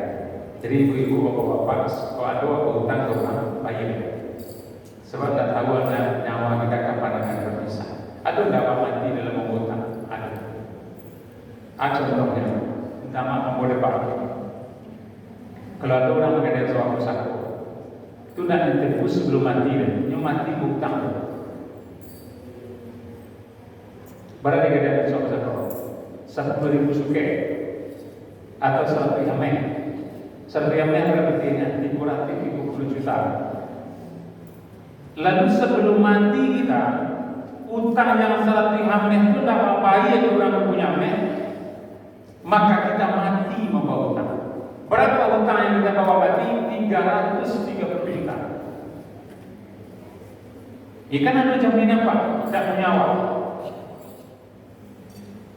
Usaha ini bukan punya orang, tidak ada jaminan. Bukan jaminan itu. Jadi siasat berbaca Ustaz supaya rohnya tak tergantung antara langit dengan bumi. Maka siapa yang wajib membayar hutang satu semas? Yang wajib membayar hutang satu semas adalah ahli warisnya. Siapa ahli warisnya? Istrinya, anaknya, bukan kebanyakan. Di Minangkabau tak berlaku, di Islam tak berlaku mama lebih hutang kebanyakan lebih dibayar pak. Di Minangkabau dan mama ada berhutang kebanyakan dibayar. Tapi dalam Islam, kalau bapak yang berhutang, ahli warisnya adalah istri dan anaknya. Kemenakan atau orang berhutang mama. Dalam Islam ya, yang wajib lunasi hutang bapak adalah anaknya dan istrinya. Jadi kalau misalkan awak meninggal, pak mau hutang 1 yamen, maka wajib lunasi oleh istri kita 100 emas atau anaknya. Makanya kalau awak sakit, pak dan sakitnya kira-kira kalau mau mati kesian sekali. Nah, wahai adinda, kok nyampang dah sakit kau mau mati deh? Tolong bayar hutang narik. Akhir si istrinya jadi dah. Para tangga yang keluar Jakarta dari sana punya hutang dah dibalik. Begitu nyokambang di rumah itu di bininya pak, dah bersiaga banyak. Tak tahu bininya sudah ada hutang, tahu-tahu siapa. Bayar sedih, sudah dikecil bayar menikah langsung. Maka istrinya wajib membayar hutang. Jadi anu perlu ditinggalkan pesan kepada anak istri kita, kepada anak kita, salah satunya utang. Berutang, baik. Kadang-kadang waktu ini banyak yang suka berutang bagi apa? Awak nak utang kurang nak utangan. Atau nekat, atau nekat siapa? Sampai anak. Awak dah nak utang kurang nak utang lalu kamu dah nak utang lalu dah utangnya lah kali 5 juta pada satu lah utang 5 juta. Kemudian cicilan pertama lunas, cicilan kedua bagus, cicilan ketiga tiba lah cicilan sampai tak ada bitir. Tak ada bitir dah dia tunda bersopok seorang bukan kaki. Tiga kali waktunya ke rumah awak tak ada bosan. Wah lari dari hutang. Banyak ini negara Jepang tidak risiko di negara lain, di negara Konoha. Ada bosan hutang bulan awak. Kadang-kadang Honda, kadang-kadang Brio, kadang-kadang lamari, kursi. Nah, oleh karena itu, hutang adalah sesuatu yang menghambat roh kita sampai ke langit. Nah, ibu-ibu dan bapak-bapak, untuk meluruskan pemahaman, apakah Nabi Muhammad itu Isra itu dengan jasad dan rohnya? Iya. Buktinya, kalau rohnya keluar dari jasad, maka Nabi Muhammad sudah meninggal. Jadi, berikut ada pemahaman bahwa Nabi Muhammad ini Isra Mi'rajnya dengan rohnya saja, tidak ikut jasadnya. Jasadnya lalu di Makkah, sementara rohnya lawan ke Raul ke Sidratul Muntaha. Jadi memang jasad tubuh kasarnya kalau dicari malam itu tidak ada Nabi Muhammad di Makkah. Kenapa? Karena Nabi Muhammad sudah dibawa oleh malaikat Jibril ke Sidratul Muntaha. Itu pemahaman. Ibu-ibu dan bapak-bapak terakhir. Maka Nabi Muhammad diswakan. Nabi Muhammad diswakan untuk menjemput perintah sholat. Semua kita sudah tahu. Mengapa diswakan menjemput perintah sembahyang? Pertanyaan kita, bagaimana perluan Nabi Muhammad sampai ke langit menjemput perintah sembahyang? Tak bisa dikirim ke malaikat Jibril. Tidak. Kalau perintah puasa dikirim ke Jibril, perintah zakat dikirim ke Jibril, perintah haji dikirim ke Jibril, tiba perintah sembahyang menjemput ke langit. Atau ini menandakan bahwa perintah sembahyang tak sama dengan perintah puasa. Kekuatan kewajiban perintah sembahyang jauh lebih kuat daripada kewajiban perintah puasa. Buktinya, sembahyang penentu segala amal. Kalau sembahyang ada, maka amal yang lain ada. Amal yang lain puasa. Kalau sembahyang tak ada puasa. Kalau sembahyang tak ada zakat. Kalau sembahyang tak ada haji. Bagi orang yang puasa tapi tidak sembahyang, tak usah satu puasa.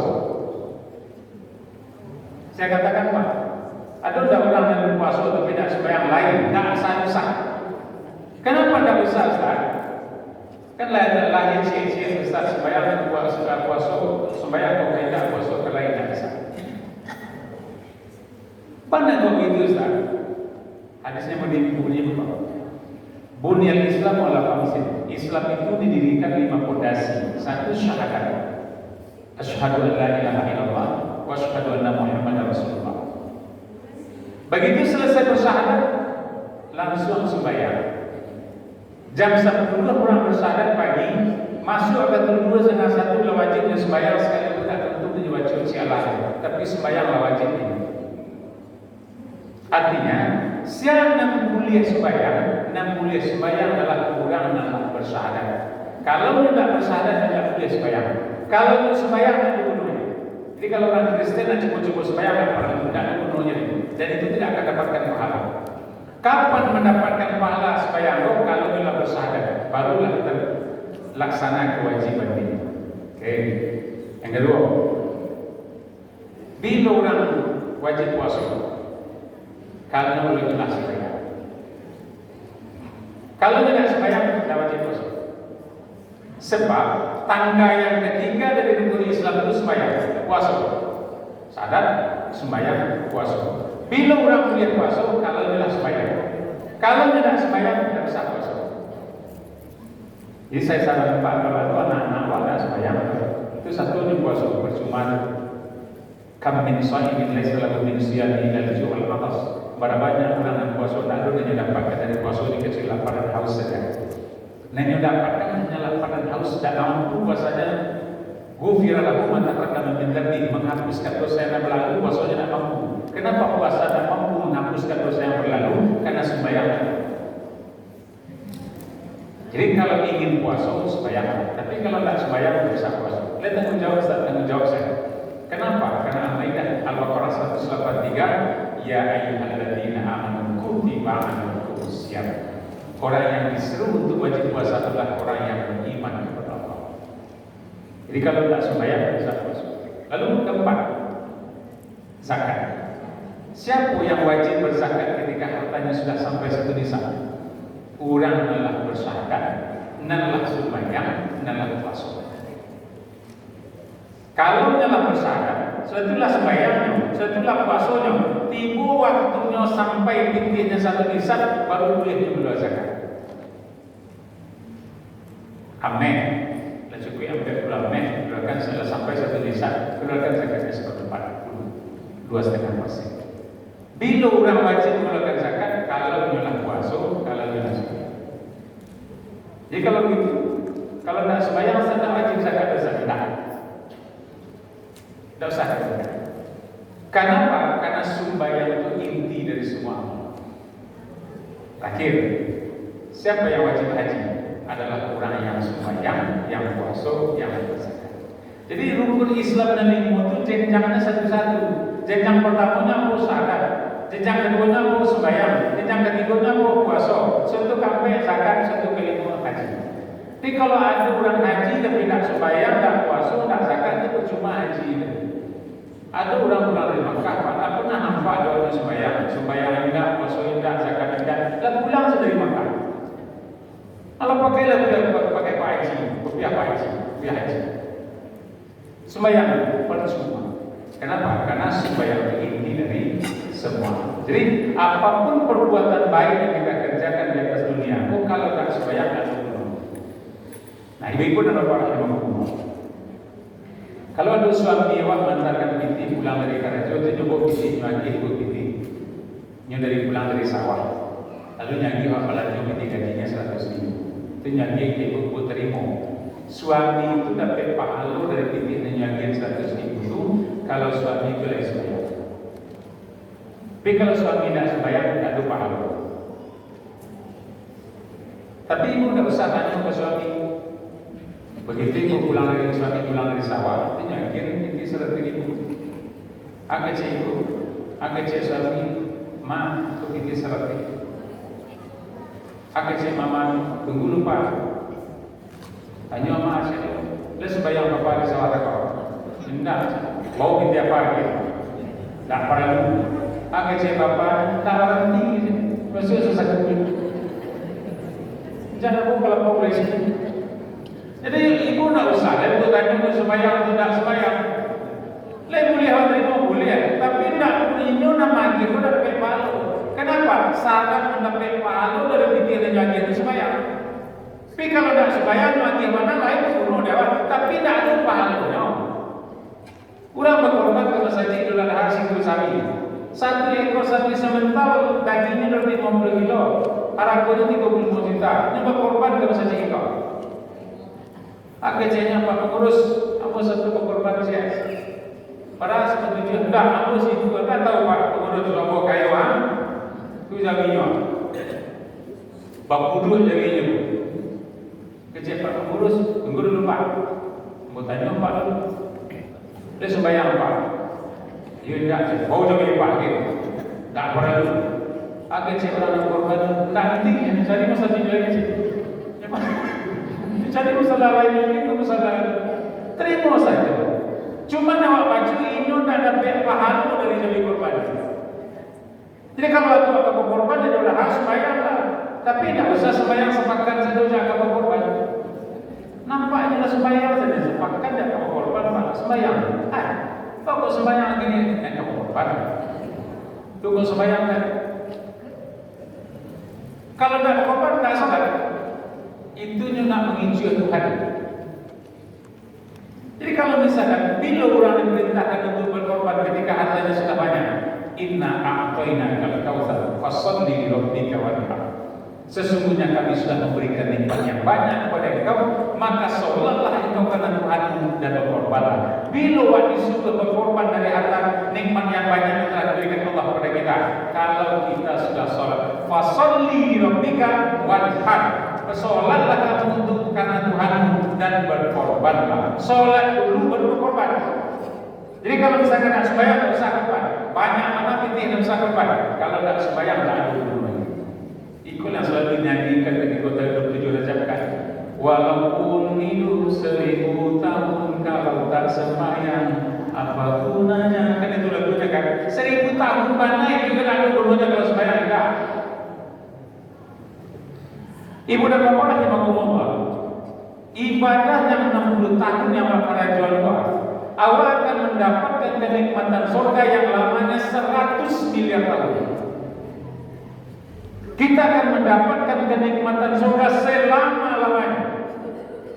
Untuk membalas kebaikan kita hidup dunia 60 tahun tertatih-tatih, tersusah-susah payah kita beribadah 60 tahun, ganjarannya surga selama-lamanya. Jadi kalau jadi mana waktu puasa selama ini Pak, jadi mana supaya subuh berjamaah, ganjarannya surga yang lama kita dalam surga itu selama-lamanya. Berapa Ustaz? Selama-lamanya. Sampai dulu, sampai surga itu masih ada. Kalau begitu surga berakhir Ustaz, surga akan berakhir seiring berakhirnya neraka. Cuma kalau kafir kita di atas dunia 60 tahun, kita akan masuk ke dalam neraka dan dibakar dalam neraka selama-lamanya, selama neraka itu masih ada. Kalau kita berinan waktunya berapa? Saya mengirakan waktunya lebih kurang 100 miliar tahun. Jadi awal akan dibakar dalam neraka itu lebih kurang 100 miliar tahun kalau waktu dosa di atas dunia 60 tahun. Jadi kalau ada orang kafir pada 60 tahun ini di dunia kafir ini akan masuk neraka 100 miliar tahun. Jadi tidak apa-apa kita jadi beribadah 60 tahun depan. Sembahyang beribadah tidak ada masalah.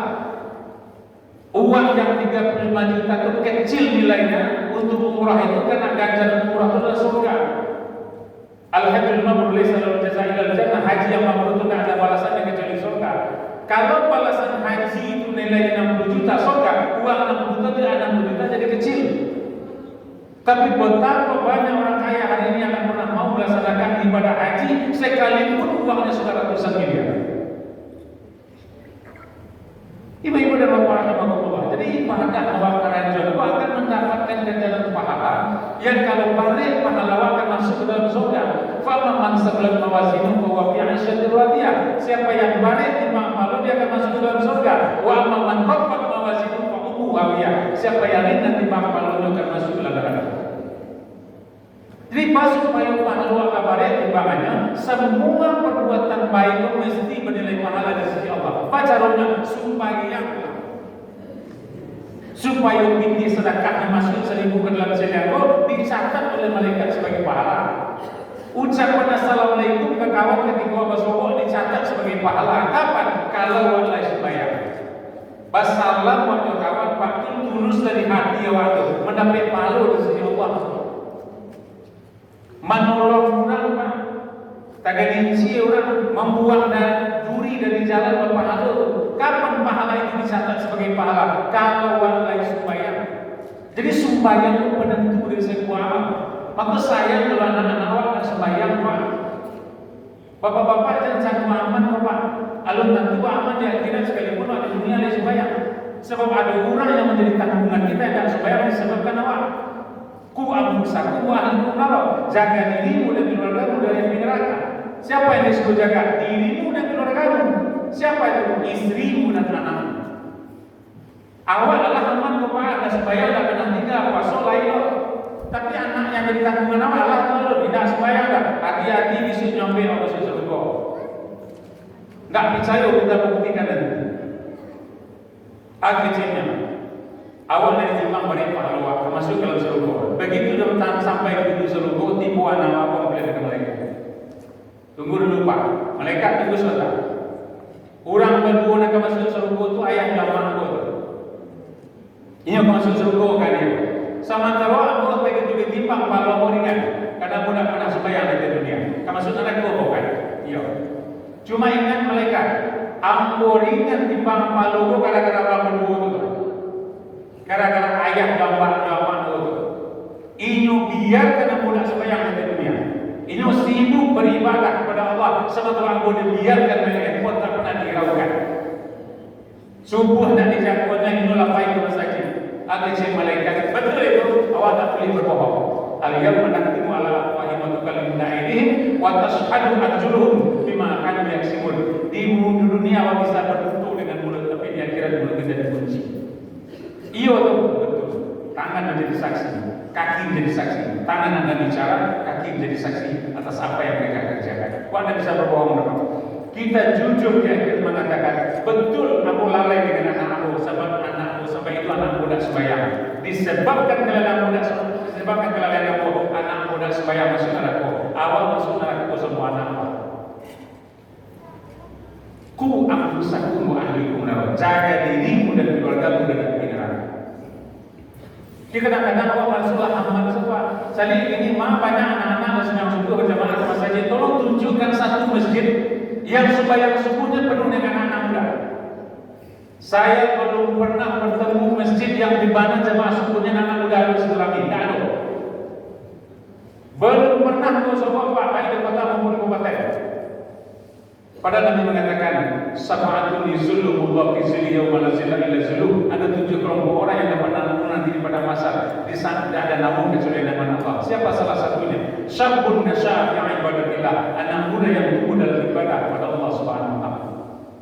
Kini mana muda awalnya Pak? Di mana mereka sekarang?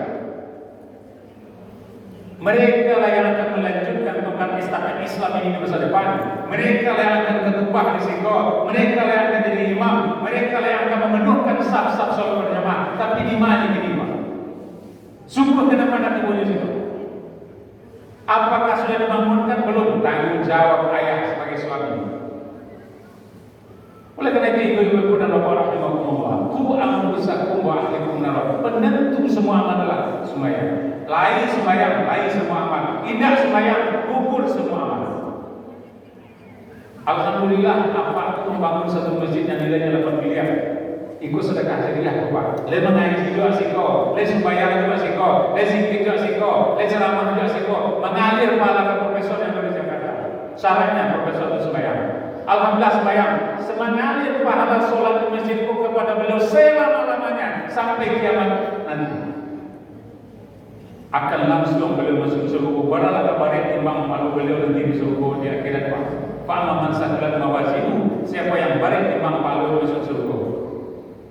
Sedekah jariah Pak. Apa syarat sedekah jariah dari pahala? Kalau kurang nambah sedekah itu lain sembahyang. Tapi kalau tidak nol pahalanya. Maka apapun jabatan kita, berapapun banyak PT kita dan sembahyang dan pernah ketika miskin mana jangan tinggal sembahyang. Kata Nabi, orang miskin yang sama dengan kemiskinan sebab dia taat beribadah kepada Allah 500 tahun lebih awal masuk surga daripada orang kaya. Miskin dekat dunia tak soal, tak ada masalah. Karena tak mungkin semua orang kaya diciptakan oleh Allah. Tapi kok nyampang awak miskin, sabar kita dengan kemiskinan sebab kita taat beribadah kepada Allah 500 tahun lebih awal masuk surga daripada orang kaya. Kenapa? Karena ada satu pertanyaan yang akan ditanyakan kepada orang miskin dan itu ditanyakan kepada orang kaya. Apa pertanyaannya? Harta yang kau dapatkan dari mana dan engkau belanjakan ke mana? Hati-hati dengan orang kaya. Jangan senang-senang saja dulu. Dua pertanyaan jawab kepada harta yang kita punya. Dapat dari mana? Belanja ke mana?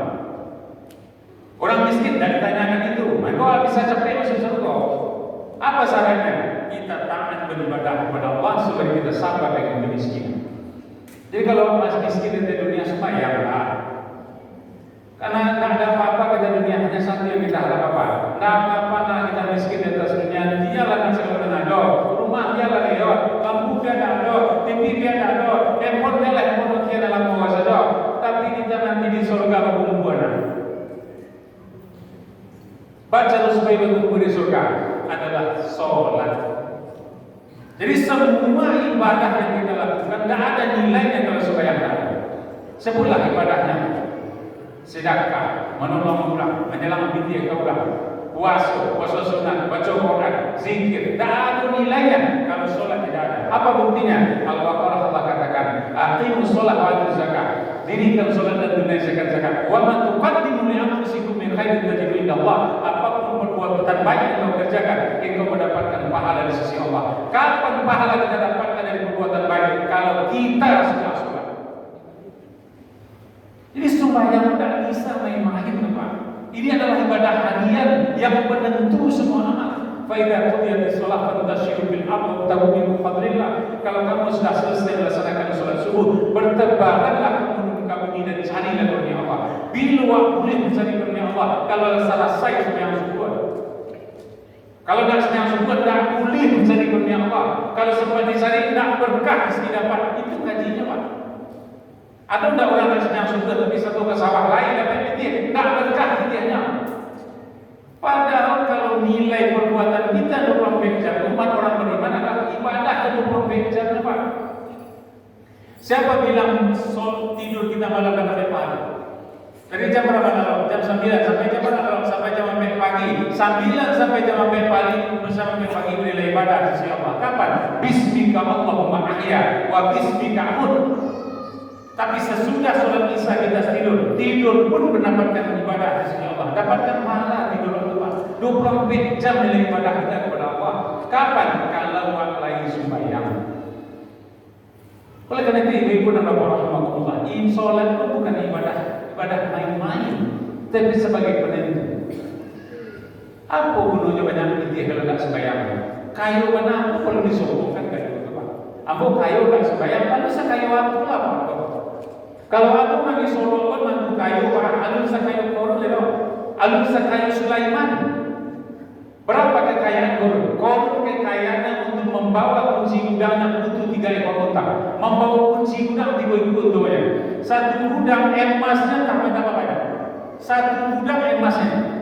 Itu berapa banyak gudang di sini semua emas? Ada orang sakayu itu lawan. Adalah sombong. Alun sakayu Sulaiman lepas. Sulaiman bagaimana kekayaannya? Sulaiman itu pagar istananya dari emas. Pagar istana Sulaiman itu dari emas. Alun sehebat awak sehebat Sulaiman apa? Sehebat apapun awak dan di dunia apa? Alun sehebat Sulaiman apa? Sulaiman hebatnya apa? Bisa mengecek samui, bisa mengecek burung, bisa mengecek binatang. Allah ada profesor dan hebat bisa mengecek binatang. Jadi jangan mengaku hebat bapak sombong dengan hebat itu. Kayu, sombong, ganteng, saya ganteng dan sembahyang. Lalu saya ganteng Yusuf. Ada orang yang ganteng mengaku ganteng, sombong dengan gantengnya. Siapa orang yang ganteng di dunia itu? Yang pernah ada makhluk diciptakan manusia itu siapa yang bilang ganteng? Yang paling ganteng Nabi Muhammad SAW. Kalau dari persentase kan gantengnya 1%, Pak, 50% keganteng itu diambil dari Nabi Muhammad. Berarti lagi. 50% kan? 50% nanti sisa itu 25 yang Nabi Yusuf. Berarti lagi. 25 itu nak bagi sama-sama. Jadi awak dengan musik gua keganteng awak masuk dan 25 itu nak. Atau ngalau ke sombong. Lihat tahu ibu bapa ganteng Yusuf itu. Ganteng Yusuf itu sampai tergila-gila Zulaikha. Zulaikha itu adalah istri penguasa, istri pejabat. Dibandinglah Yusuf pada istri itu diurang dimasukkan dalam keluarga. Dek gantengnya tergoda oleh Zulaikha. Lalu sampailah Zulaikha itu ingin berbuat salah dengan Yusuf. Dek suaminya ada di rumah, barabu-rabu nyugut kaca Yusuf itu untuk berbuat salah. Lalu Yusuf lari karena dia takut kepada Allah lari. Sampai lari, cabik baju Yusuf di belakang. Begitu sedang melo baju, naik masuk suaminya. Tak kajui suaminya. Tapi Zulaikha kan ingin membela diri kepada suaminya. Lalu mengatakan, "Akan saya Zulaikha kepada suaminya, suamiku, Yusuf masuk aku untuk berbuat salah. Apa suaminya katakan? Langsung terima pernyataan istrinya? Tidak, cari bukti dulu. Kalau baju Yusuf sampai di belakang, Yusuf benar Zulaikha bohong. Tapi kalau baju Yusuf sampai di punggung, Zulaikha benar Yusuf bohong. Cari baju Yusuf sampai di mana? Di belakang. Maka Yusuf benar, Zulaikha bohong. Tetapi yang ingin masuk penjara siapa? Tetap Yusuf. Dalam muslim itu nyubulilah Zulaikha di kawan-kawan. Apa bully Zulaikha di kawan-kawannya? Aku Zulaikha kau pembantu sayangnya. Lah, acok kali namun terkait itu kawan-kawannya ke Zulaikha langsung dikecen Zulaikha. Kalian tidak tahu bahwa Yusuf kan? Bahkan Yusuf kan kalian tidak tahu kan? Kalian ingin tahu bahkan Yusuf itu sekolah koda-koda boleh nyuruh gitu. Jadi datang kalian ke rumah deh. Datang kalian ke rumah sekali. Kabar orang dan wanita datang ke rumah. Begitu tiba kampanye ke rumah, lagi mangga seseorang lagi bisa kata seseorang. Mungkinlah aku kata sampai itu bapak. Kata ini buat orang satu yang biasa di aku sih. Ketajam berbuat betul muka mangga kan. Apa sih mangga deh? Itu pasti bisa seseorang deh. Begitu dalam muka dia kan bisa. Dalam macam mangga seseorang macam bisa yang keluar dari Yusuf Zulaikha. Begitu Yusufnya keluar dari Zulaikha, bacalah Yusuf membuka kawan-kawan itu. Tidak tahu seorang pun letak saya dengan dalam darah tangan. Yusuf pun masih menyai mangga dia keluar tangan itu saya. Begitu letak saya masuk Yusuf ke Zulaikha ke kamar dia. Agak cek Zulaikha ke kamar. Jadi tangan kalian kironya lah darah.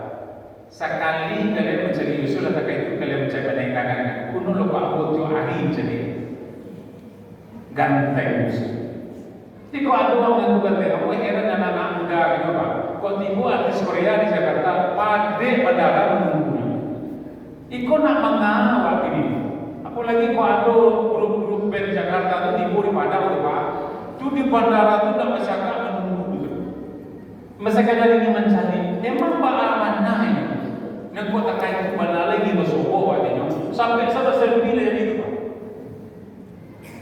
Biasa saja, tak ada yang aneh. Kita ni sama. Kita orang itu tidak bayar waktu. Orang yang paling mulia di antara kalian bukan wajahnya cantik, tapi siapa yang paling bertakwa di sisi Allah Subhanahu wa taala. Dia biasa saja menjadi orang kata itu. Bilal bin Rabah orang berkulit hitam sebenarnya hitam. Orang Afrika itu hitam sebenarnya hitam. Ibu kalau menjadi orang Afrika tadi makan sedih lah sekali. Namun dia kuat saja. Namun giginya kukunya itu dah putih. Selebihnya hitam seluruhnya. Mengaku hitam di you pada hitam. Kalau ada kuliah hitam saya hitam orang Afrika. Tapi bila bin Rabah kata Nabi Muhammad, saya mendengar sendalmu masuk dalam surga. Apa yang membuat sendal itu masuk dalam surga? Sendalnya ada bunga masuk surga macam. Bila bin Rabah berkulit hitam, tapi mulia di hadapan Allah Subhanahu wa taala. Jadi sudahlah. Kalau kayu sudah lebih kaya paling 70 tahun kita meninggal. Cuma kalau tak sembahyang aku lagu. Oleh kerana itu ibu dan bapa rahimahullah, supaya nanti masuk surga, balik timbang pahlawan, sembahyanglah. Apapun awak kerajaan sudah kau sembahyang itu akan diberikan pahala di sisi Allah. Awak menanggung pahala. Ibu-ibu dan bapa rahimahullah, saya ingin sedikit sebelum dia ini. Ada 3 perkara sembahyang yang mesti kita perhatikan. Satu, karena wajibnya sembahyang tidak bisa tidak kita tahu. Satu, sembahyang tidak boleh ditinggal dengan alasan apapun. Tidak ada satu pun alasan orang boleh tinggal sembahyang. Sampailah aku kira-kira alasan orang boleh tinggal sembahyang. Tidak ada. Sakit yang mungkin orang nak sembahyang sakit. Lalu sakit seperti apa orang mungkin nak sembahyang? Sakit di opname di rumah sakit ruang ICU dan di tubuhnya penuh dengan alat medis.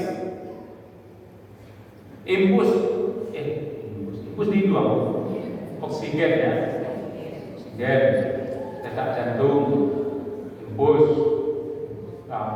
padu, tidak bisa mengaji apa. Tapi sepanjang masih salah, tahu misalnya tiba, tahu bila masuk waktu sembahyang, dia wajib sembahyang. Jadi tidak ada cerita meninggal sembahyang salah, tidak ada satu pun alasan orang boleh meninggal sembahyang. Kadang-kadang apa saya idaman kita itu tunggu oleh di Solo Pas, Andi Plus, Hansa Plus. Kapan tu si Kojo Plus Pak? Atau tidak sesembahyang. Damam sangin tidak sesembahyang. Padahal Nabi katakan tak ada satu pun alasan orang boleh meninggalkan sholat. Barangkali Ustaz kuliah dan sembahyang ada cerita. Nak daruh jumlah kuliah di pelaminan sejak jam 10 pagi sampai jam 6 malam, jam 6 pagi sore. Dia pelaminan, tidak sembahyang. Padahal tak sembahyang dua kata, dua saat tak sembahyang. Tidak disikor Pak, di negara Pak. Walau cikgu cik orang barangkali itu masuk. Apakah barangkali pasung yang daruh di pelaminan itu boleh nak sembahyang? Tak. Kalau ada nak daruh di pelaminan di setiap pelaminan, nak daruh di mana pula di setiap pelaminan dan sembahyang. Dia sedang menuju rumah tangga, bahtera rumah tangga yang sakinah mawaddah, tapi di awal rumah tangga dia sudah berani melanggar perintah Allah. Bahkan mengajak sakinah mawaddah sementara di awal perkawinan dia sudah berani melanggar perintah Allah. Apa perintah Allah melanggar? Yang tinggalkan sholat dengan penuh kesadaran. Jadi kalau ada para pelayan yang nak jam tak sembahyang lepas jam 10 pagi naik tiba jam 12 dan 2 jam putus setelah gaji nak turun lagi tiba kata sembahyang itu baca doa semuanya sudah kemana bayi sudah berarti dia salah sudah berarti itu jadi fikir benar dia sudah berarti itu cuma dewa kadang-kadang adat itu lebih tinggi daripada syarat Pak. Padahal Minangkabau kan syarat mengatur adat memakai apa yang dipakai adat, apa yang dikatakan syarat. Kini syarat lebih tinggi daripada syarat. Kita lebih mementingkan adat dibanding syarat. Melanggar perintah syarat hanya demi kepentingan adat. Ini kritik saya kepada Minangkabau.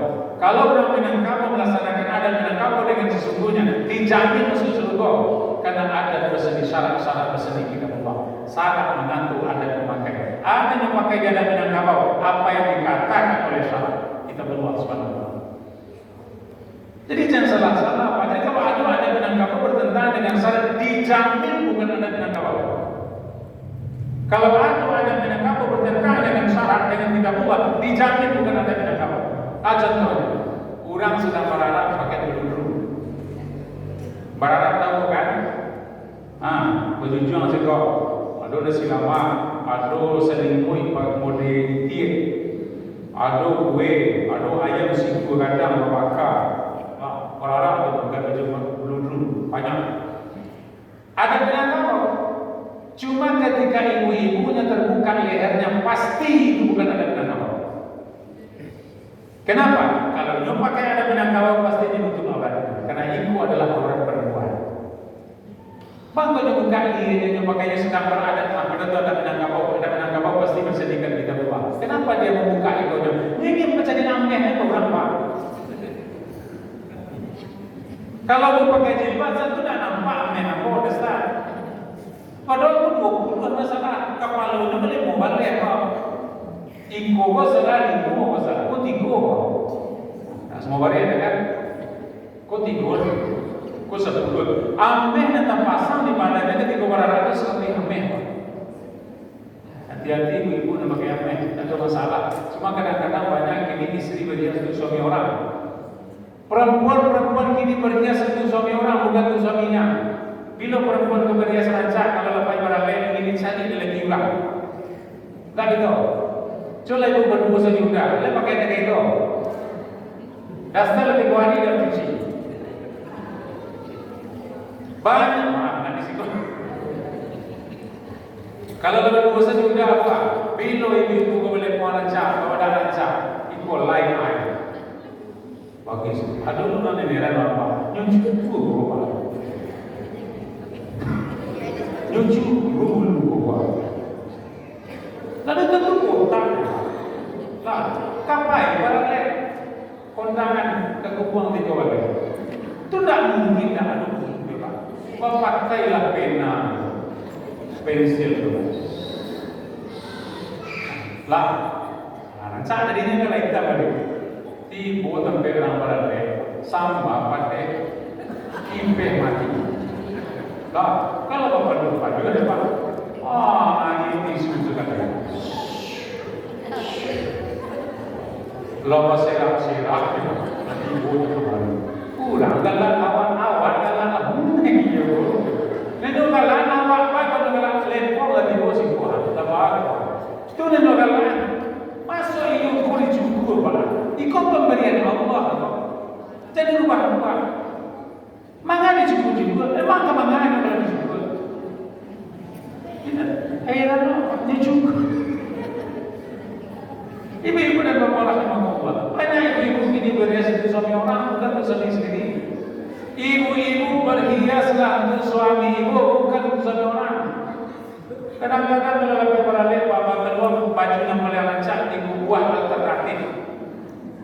Dah, bahkan beralih tidak. Nanti ibu berada mana rancak bajunya.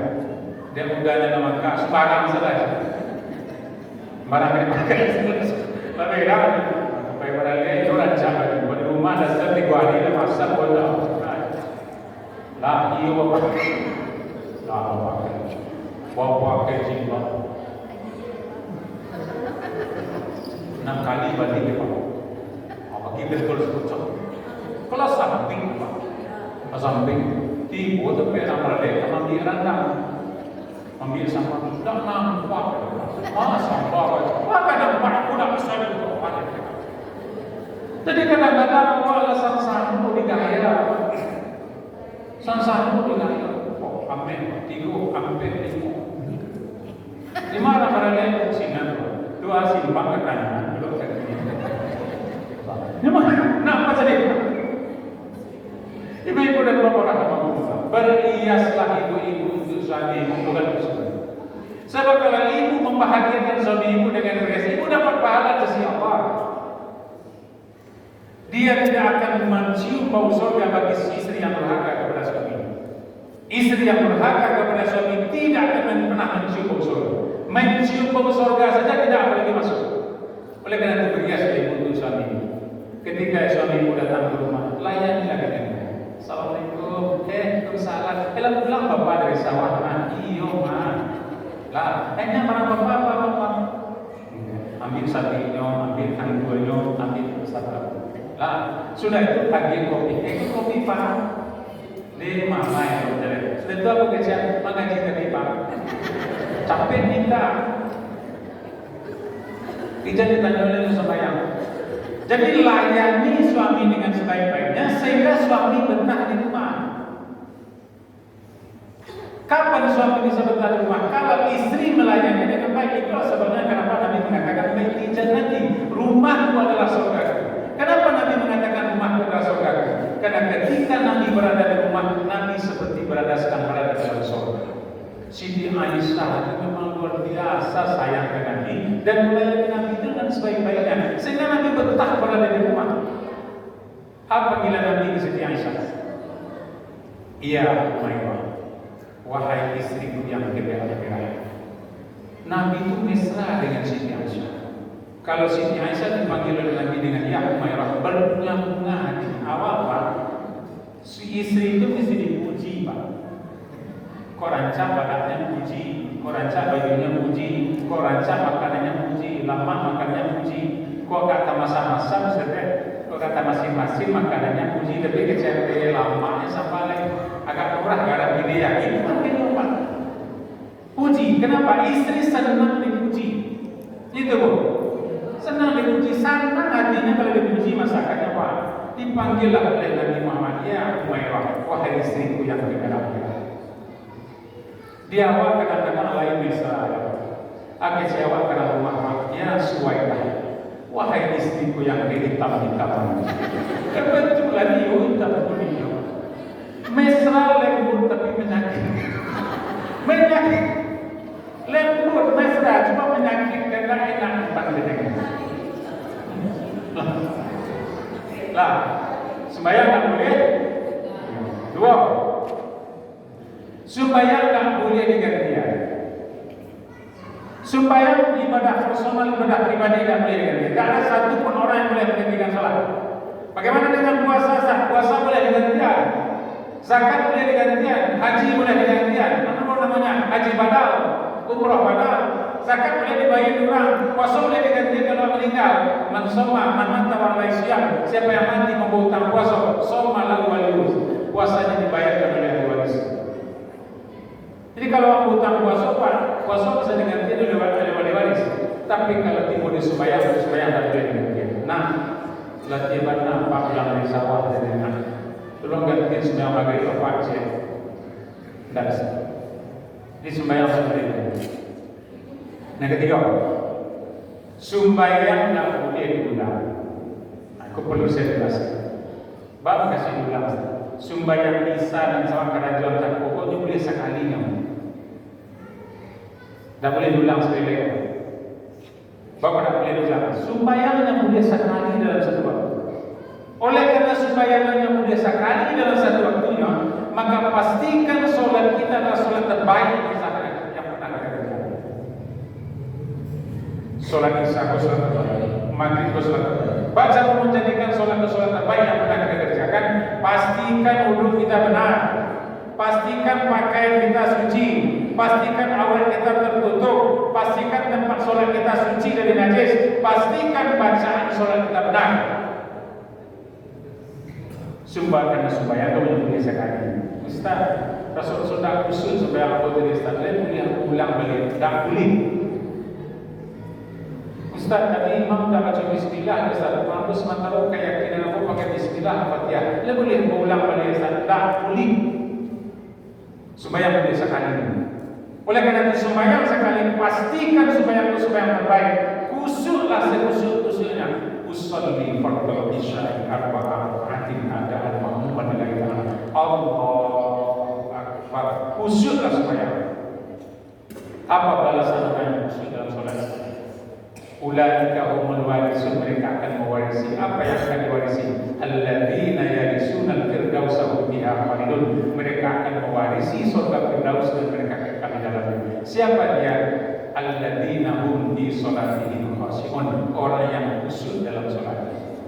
Jadi kalau ingin masuk surga Firdaus, salah satu kuncinya sembahyang khusyuk. Khusyuklah sembahyang. Kadang-kadang dalam sembahyang banyak yang masuk rumah.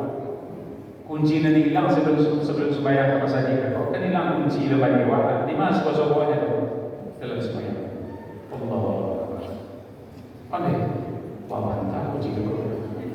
Begitu selesai sembahyang dicari wabantah iyo wabantah kunci. Siapa mengisi yang terima masuk kunci wabantah? Setan. Lalu ada setan dalam saja kau ada.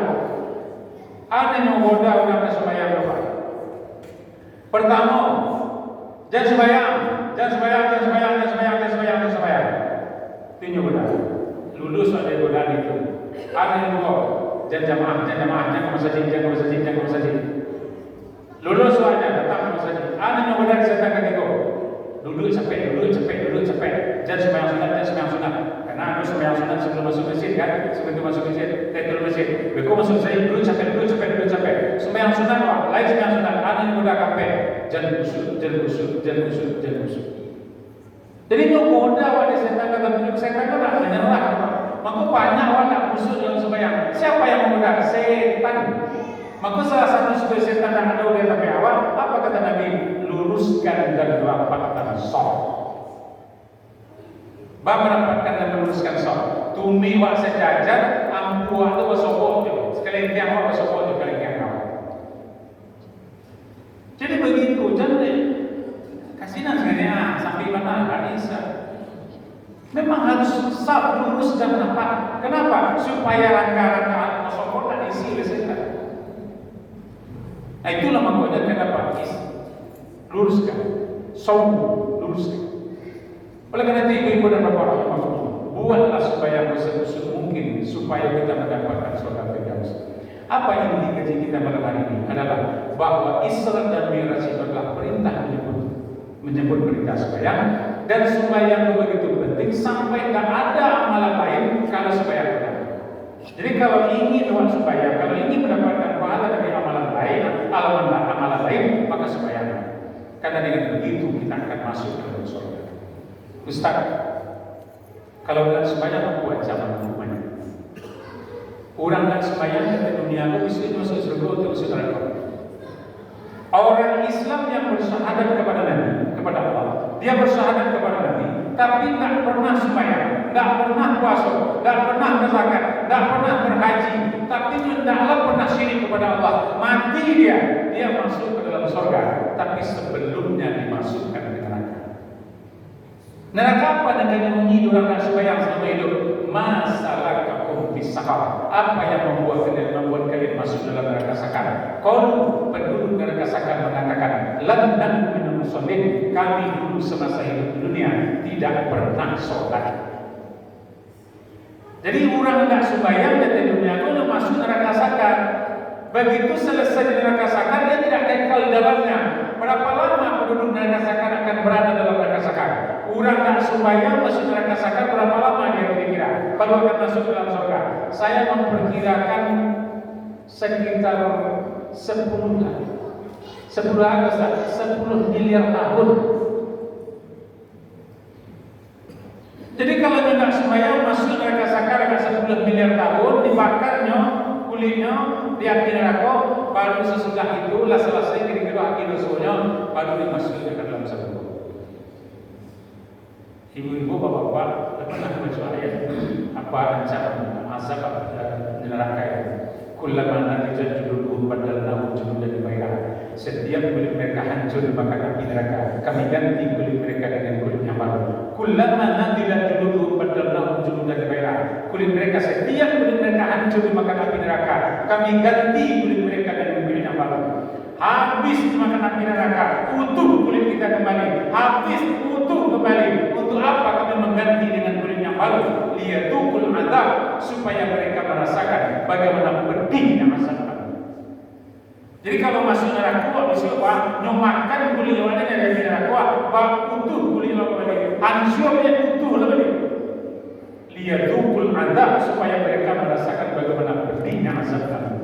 Jadi kok ada orang tak sembahyang, itu seolah-olah mengatakan saya kuat menghadapi neraka. Padahal itu bohong, teman.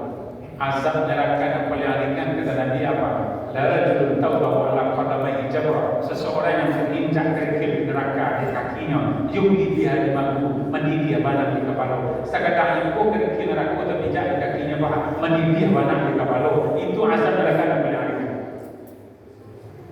Jadi kalau supaya tidak masuk neraka, apa? Sembahyang. Ajalah nama sembahyang. Supaya nanti kita berkumpul di surga bersama-sama. Itu sesuatu. Tidak ingin orang yang surga di keluarga. Lalu ada suku menikmati kenikmatan surga. Kita tanya-tanya, kawan datang sama-sama menteri yang tanya mana? Kau dah nampak di suku di kaki mana? Di blok mana? Iya dah nampak-nampak. Kadang ada kiri yang suku kau dah nampak-nampak. Lalu ada suku baru mencoba itu. Bertipu. Iko kawan apa? Kamu asal selama kau? Dan itulah yang ada. Dan maksudnya adalah kau yang. Dan sembahyang adalah sembahyang baru masuk dalam kau. Dan kini baru kalau menyumpah ke dalam neraka. Kini baru masuk dalam surga. Di penyesalan itu akan tumbuh di surga. Oleh karena itu sebelum ajal kita datang, perbanyak kita bertobat sembari kita melaksanakan sholat. Kau ada sembahyang dan tidak. Beras sembahyang tidak ganti. Setahun tidak ganti setahun. Usolli fardhu subhi raka'ataini qada'an laila. Sekedar aku sembahyang subuh 2 rakaat, membayar sembahyang subuh dan 3 kemarin lillahi ta'ala. Baik. Supaya apa? Supaya kita meninggal nanti tidak ada utang ibadah kepada Allah yang kita perlu. Bapak-bapak dan ibu-ibu rahimahumullah, banyak lagi pakaji kita akan kita lanjutkan. Cuma karena saya sudah berdiri di atas panggung ini lebih dari 2 jam, rasanya sudah kalah pula dan uang saya. Kita berhentilah mengaji. Hari sudah jam 10:10. Saya tadi naik tadi jam 8:30. Mudah-mudahan bermanfaat. Assalamualaikum warahmatullahi wabarakatuh.